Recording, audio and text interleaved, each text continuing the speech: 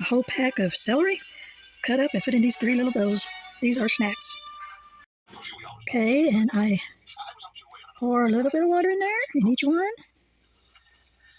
And put the little lids on them. I love these little bowls. Absolutely love them.